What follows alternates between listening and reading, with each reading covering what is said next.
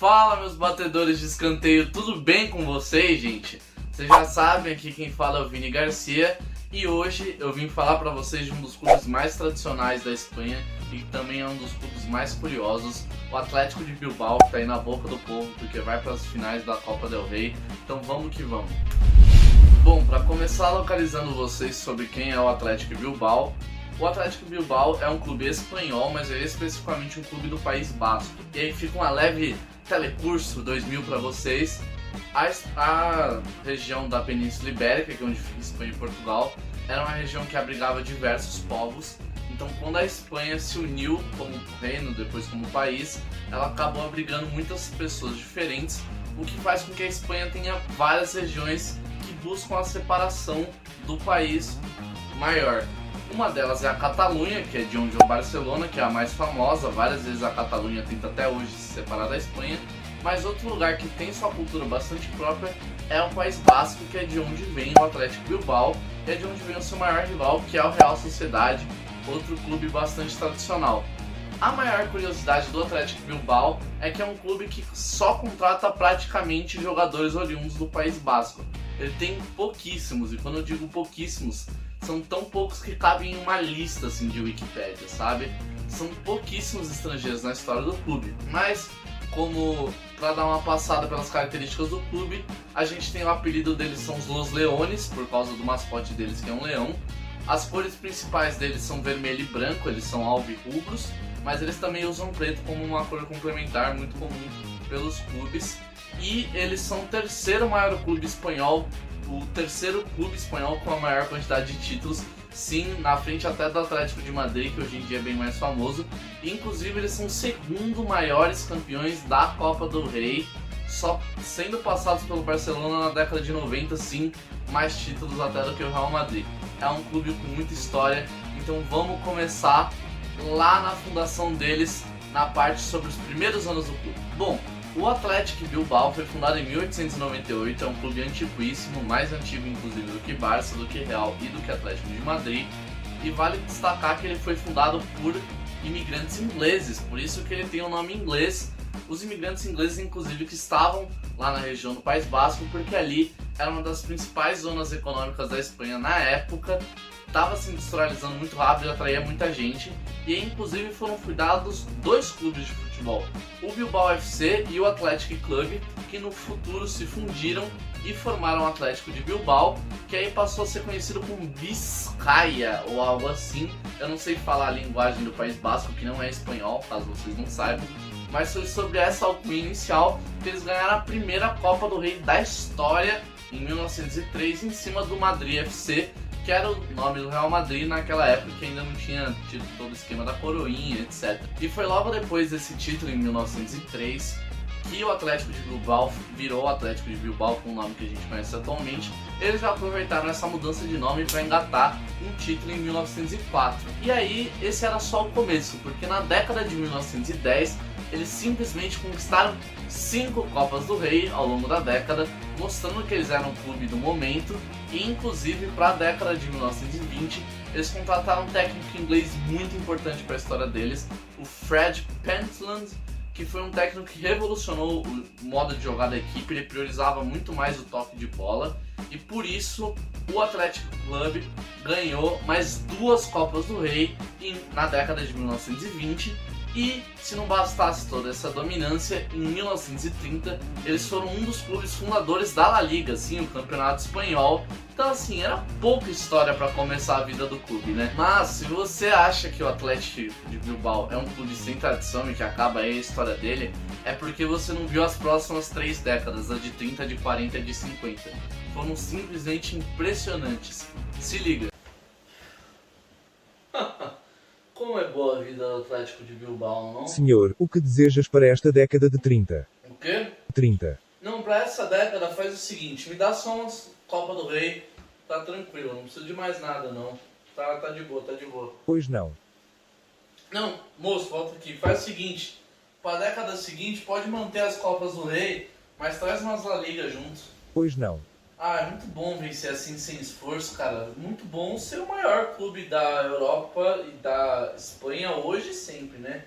Muito bom ser um clube gigante, fala a verdade. Pois é, não bastasse essa chuva de títulos no início da vida deles, eles continuam com décadas vitoriosíssimas. Por exemplo, na década de 1930, eles simplesmente conquistam 4 espanholões entre os anos de 1930 e 1936. E não bastasse isso, eles conquistam 4 Copas do Rei seguidas entre 1930 e 1933. Então assim, eles simplesmente, nesse início da vida do futebol espanhol, eram um clube a ser batido muito mais do que o Real Madrid, muito mais do que o Barcelona e muito mais do que o Atlético de Madrid, por exemplo. E na verdade, o Atlético de Bilbao só não conquistou mais títulos nessa década porque o futebol teve que ser paralisado em 1936 devido à Guerra Civil Espanhola, que vocês devem ter aprendido aí na escola, vocês devem lembrar, a Guernica do Picasso, todas essas coisas.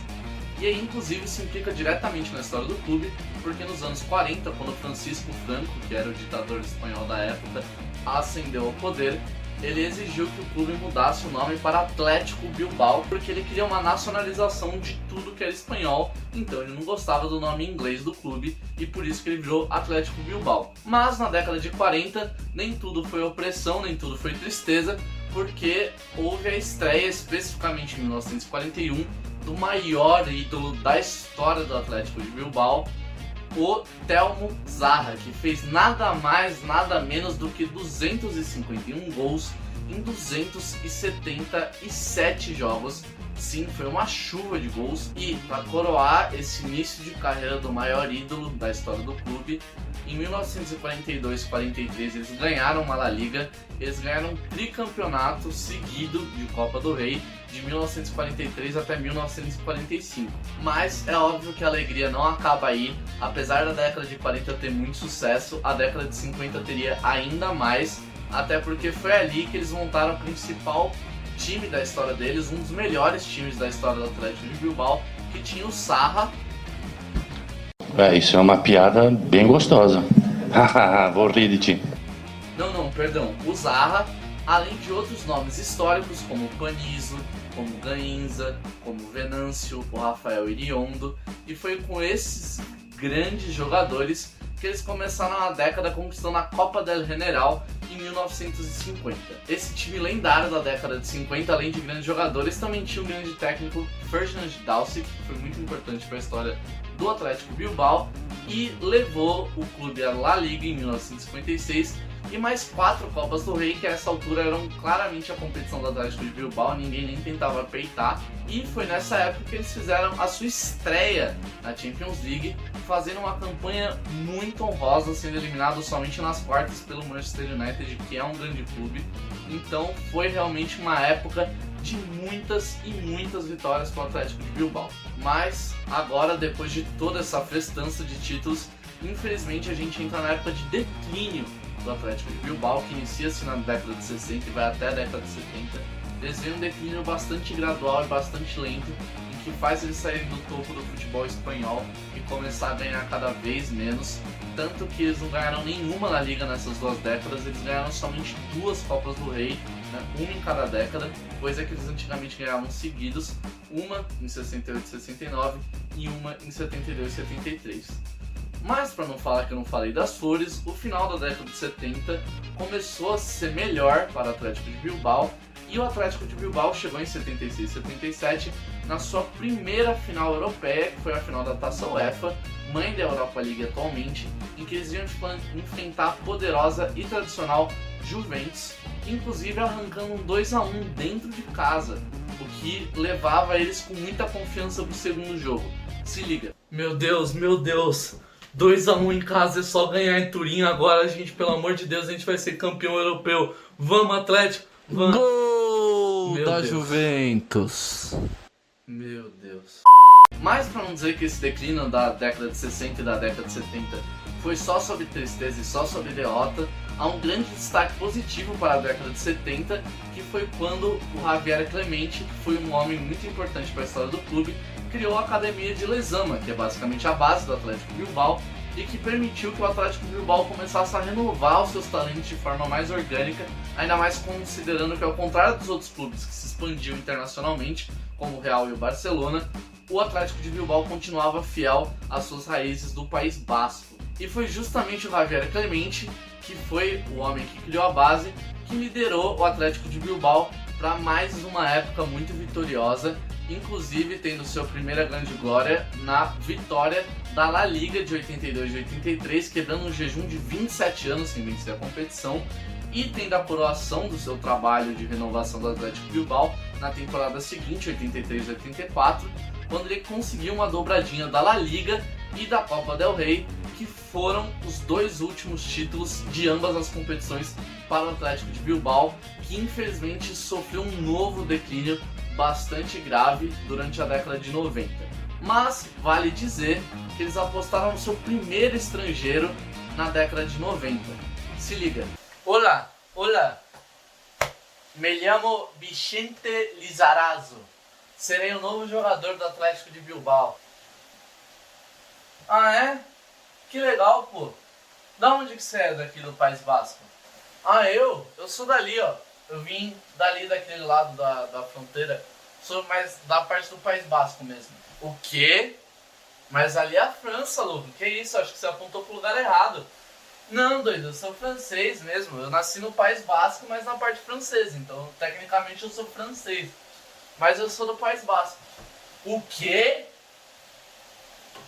Não, estrangeiro aqui não. Jamais será.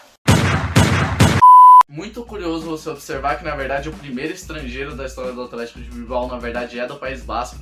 Mas, para vocês terem noção de como é o País Basco, o Vicente teve que deixar o clube após um ano, sendo que ele supostamente sofreu ameaças do ETA, que era um grupo terrorista da região na época. Sim, sendo que ele só nasceu um pouquinho depois da fronteira. O problema é que essa decadência dos anos 90 foi um pouco mais severa do que a dos anos 60 e 70, porque não houve alguém para erguer o clube de novo, e por isso, na virada do milênio, o Atlético de Bilbao sofreu com alguns dos seus piores times e piores desempenhos, inclusive escapando do rebaixamento na La Liga na última rodada da temporada de 2006-2007, mas, tendo escapado, eles continuam até hoje um dos 3 clubes espanhóis que nunca caíram na La Liga, junto com o Barcelona e com o Real Madrid. Mas depois dessa temporada traumática, o Atlético de Bilbao deu uma acordada e conseguiu melhorar seu desempenho, até que em 2012 eles contrataram a icônica figura do Marcelo Bielsa, que é uma figura muito debatida no futebol internacional, o famoso homem do bom futebol e poucos títulos. Inclusive, foi o que aconteceu no Atlético de Bilbao. Ele fez o Atlético de Bilbao jogar um bolão, fez um baita trabalho e levou o Atlético de Bilbao à final da Liga Europa, contra o Atlético de Madrid, e à final da Copa do Rei, contra o Barcelona. O Bielsa, sendo o Bielsa, acabou perdendo os 2 títulos, e por isso ele teve uns desentendimentos internos no clube e saiu no final da temporada de 2013, sendo substituído por outro nome famoso, o Ernesto Valverde. O Valverde, assim como o Bielsa, fez um grande trabalho e levou o Atlético ao 4º lugar da Liga Espanhola, o que fez o Atlético conquistar uma vaga nos playoffs da Champions League, fato que não acontecia desde 1998. Eles passaram nos playoffs pelo Napoli, mas acabaram caindo na fase de grupos mesmo, mas já eram uma campanha bem melhor do que tinha acontecido no restante do milênio. Até porque eles chegaram novamente à final da Copa do Rei, dessa vez perdendo de novo para o Barcelona por 3-1.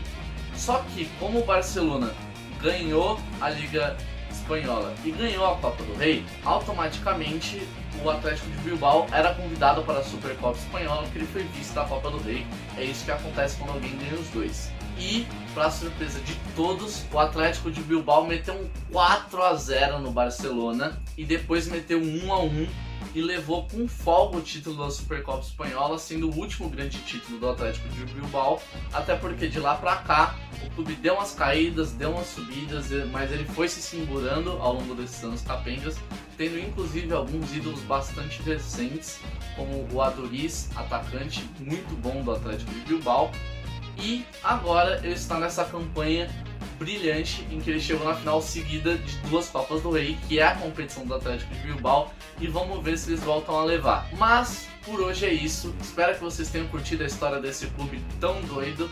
Não esquece de deixar o seu joinha, não esquece de se inscrever, não esquece de ativar o sininho.